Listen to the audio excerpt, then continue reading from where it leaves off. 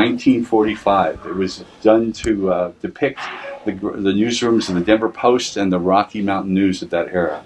And there's a lot of great journalists in that mix. But now you're among them, and that's as it should be. And you're with David Simons. So one thing they all look strangely sober. They do.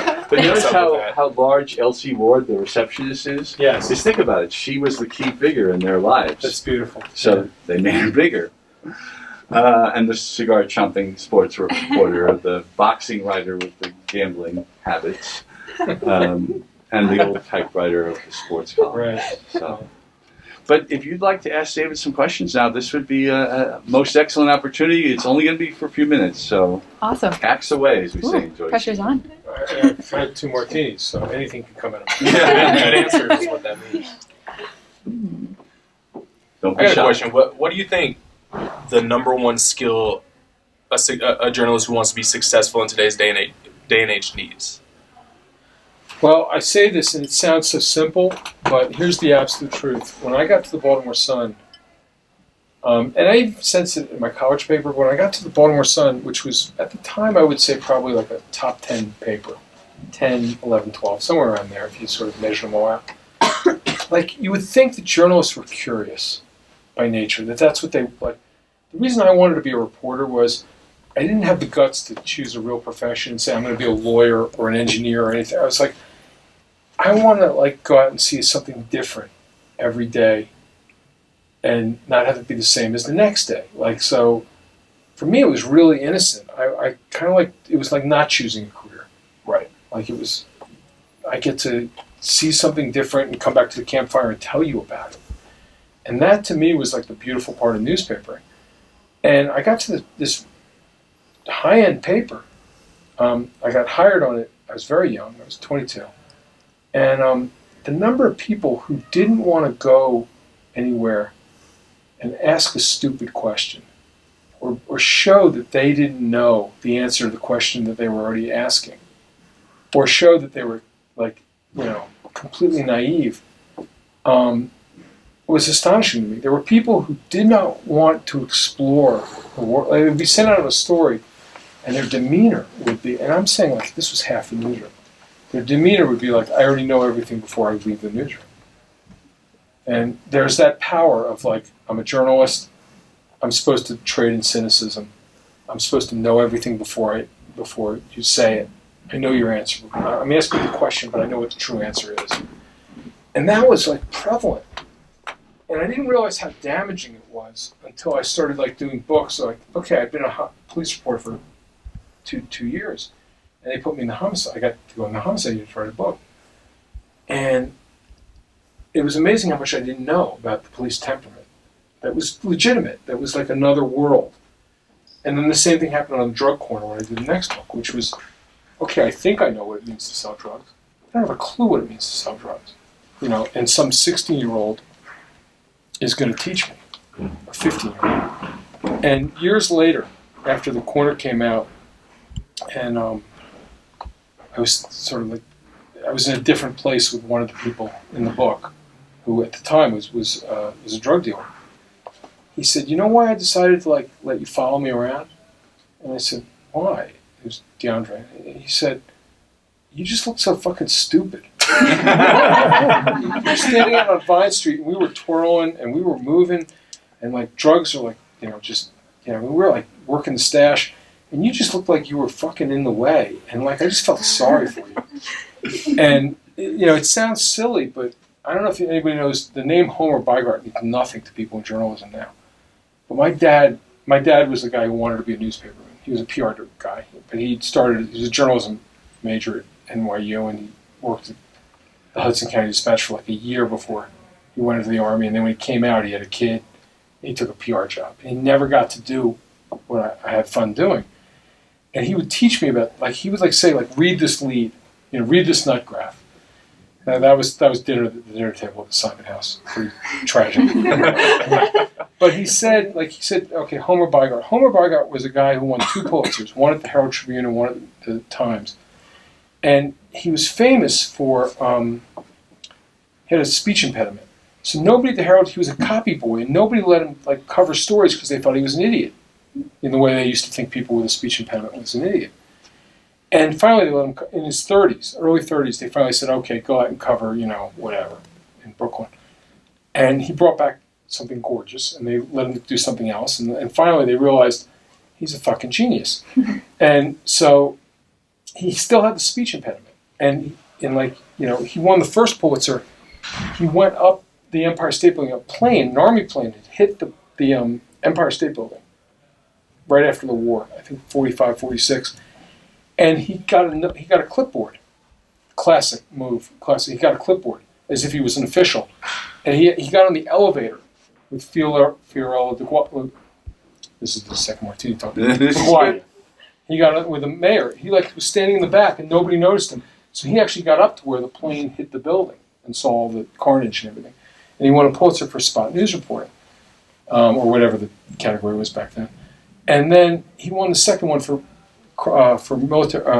war reporting in Korea in the 50s, all with this vicious speech impediment.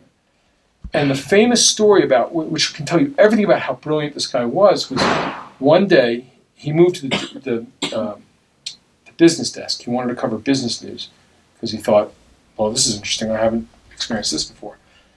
And one day, the head of Esso, this is before Exxon, is having lunch with Punch Salisbury, the publisher of the New York Times. This is when he was at the Times already. He said, I can't believe the idiot that you sent to interview me. And Punch says, why? What happened? He goes, I had to explain everything to him. And that's it. I had to explain everything to him. This was a guy who was fearless about being ignorant. And I worked with so many people who wanted to know everything before they knew it. And it made,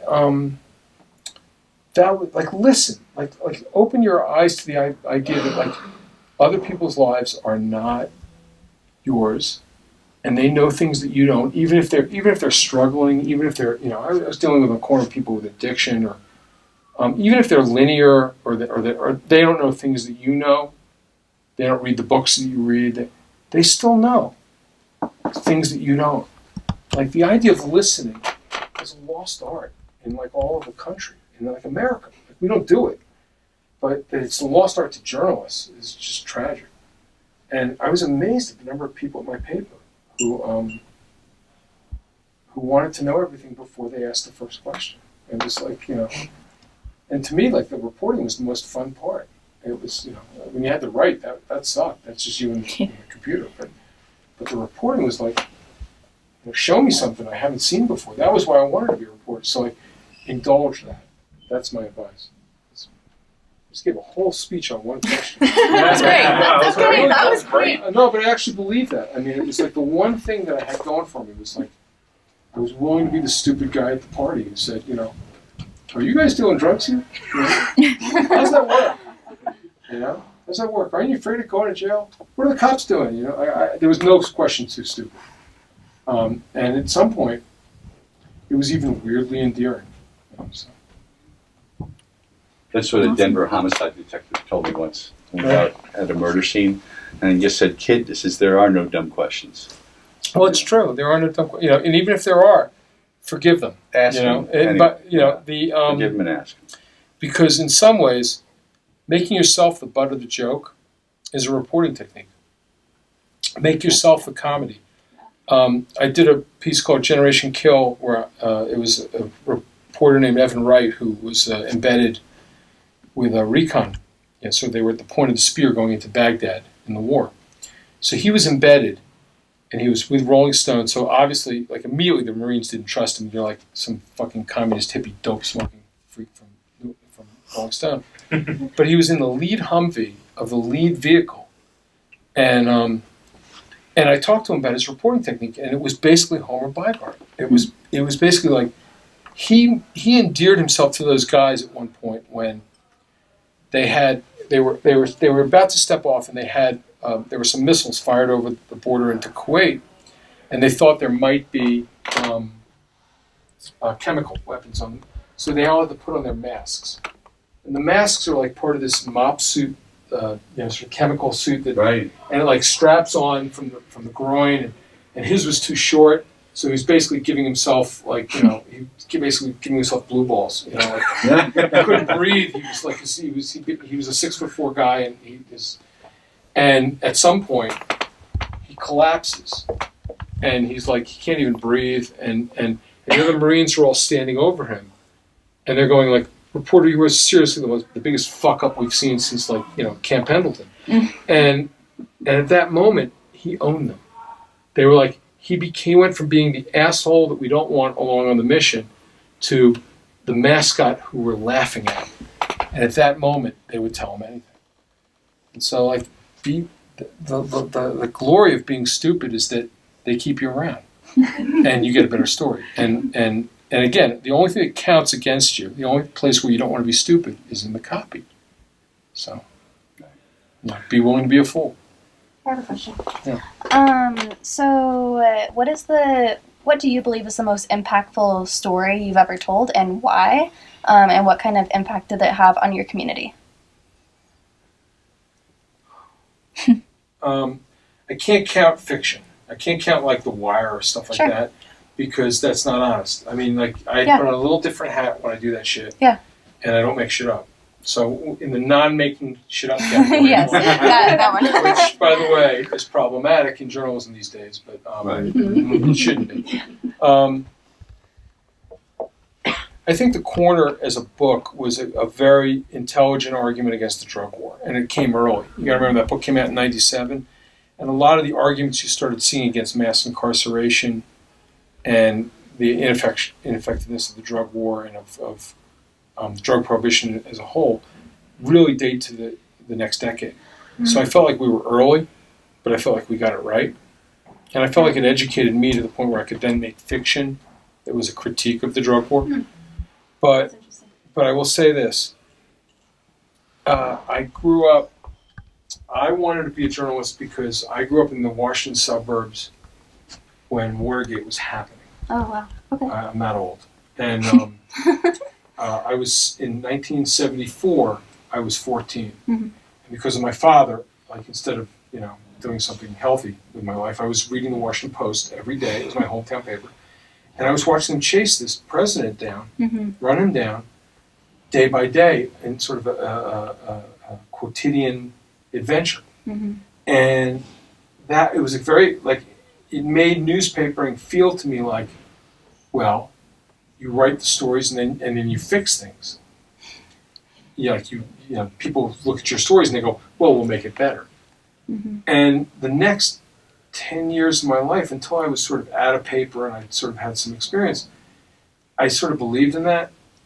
And then I started seeing around me other guys who were having I don't know if you're too young for this, but the newspaper crusade, we're going to pick something out, lead paint poisoning or hunger, or something that everyone can get on. We're all against this. Yeah. We're all against this. Who could be on the side of lead paint poisoning? And we're going to find somebody who's the absolute embodiment of evil, and we're going to critique it, and we're going to hold them up to ridicule, and then they'll come behind us and they'll hold committee hearings, and maybe they'll even pass a law, and we'll win a Pulitzer, and we'll be good. And and there was a simplicity to it that I started to find offensive, in that it started to shape the coverage in a way that became dishonest and complex problems that actually were intractable because they had two sides to them. Because there was a legitimized fear of X, but the problem of Y when you address X. That's the modern world. The modern world is the systemic world. If you're going to really try to address problem solving in journalism, it's never as satisfying as gotcha. And gotcha became the paradigm in journalism when I was there, and the guys who ran my paper became devotees of that. And so I felt like, after a while, I walked away from your question, which is to say, I never said to myself after maybe the first 3 years in journalism, I'm going to write stories and it's going to fix anything. Instead, I felt liberated by saying, that's not my job. I could write a series of articles explaining exactly what's going wrong, and the Maryland legislature will pass a law that will fuck it up worse. And it's not my job. And I wish it were my job, because I could probably do it better than them. I'm that arrogant.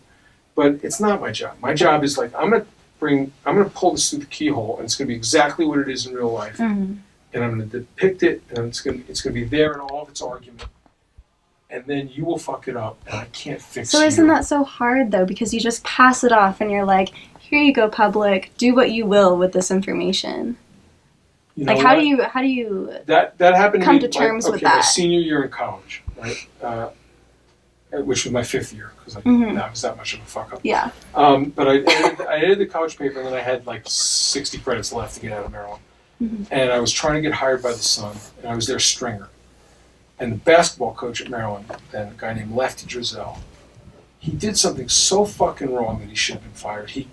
There was a woman, an undergraduate, who, it was sort of like one of these, she wasn't raped, but it was like she was grabbed and thrown on a bed. It was what would be called in police parlance like a 3rd-degree sexual assault. But a player had taken liberties, Mhm. and she had complained to the judge board, and the player was barred from the ACC. And the coach, who was a complete totalitarian asshole, is ACC basketball. Lefty Drizel said he called the woman at her dorm and screamed at her over the phone. She hung up on him twice. The 3rd time he called her, the judge board head, because she called the judge board, was on the phone, was like at her apartment Mhm. on the phone, hearing the basketball coach at the University of Maryland screaming at her, saying, "If you don't withdraw your complaint, I'm going to trash your reputation." So, like, he should have been fired, right? And how are you going to fire the guy? So I wrote the stories, and I was a stringer at the Sun, and I thought, this is the first little pelt I get to hang on my journalist's wall. Like, is this a pelt wall? Every journalist thinks they're going to have a pelt. I'm going to put like Lefty Drizel's, like, you know, his skin is going to be right here, you know, and I'll be able to show it to you. Come in and I'll go, Lefty, you know, that's Lefty right there. And I wrote the stories, and it was the story that got me hired at the Baltimore Sun. It was like they were like, holy shit, because I had sources on the judge board. I mean, the guy who picked up the phone talked to me. Yeah. And so the story ran, and it was a big deal, and Lefty was caught dead to rights. And I waited for them to fire him. And instead he got a 5-year contract and more money from God, from the university. Yeah. And at that exact moment I said to myself, in a very healthy way that saved me for the next 20 years, I did my job. Mhm. They didn't, you know, the chancellor didn't do his job, the Board of Regents didn't do their job. I did my job. Fuck you. And that is how, like, I didn't overwrite the thing to try to get Lefty fired. I didn't underwrite it to try to, you know, I just wrote it. This is what happened. Mhm. Now you, the world, will figure out what to do or not to do. Yeah. And if you do that, you know, God bless you. Guys, on that note, we're going to head across the street. And David, thank you for Thank you. sharing these insights. Thank you. I only got through 2 questions.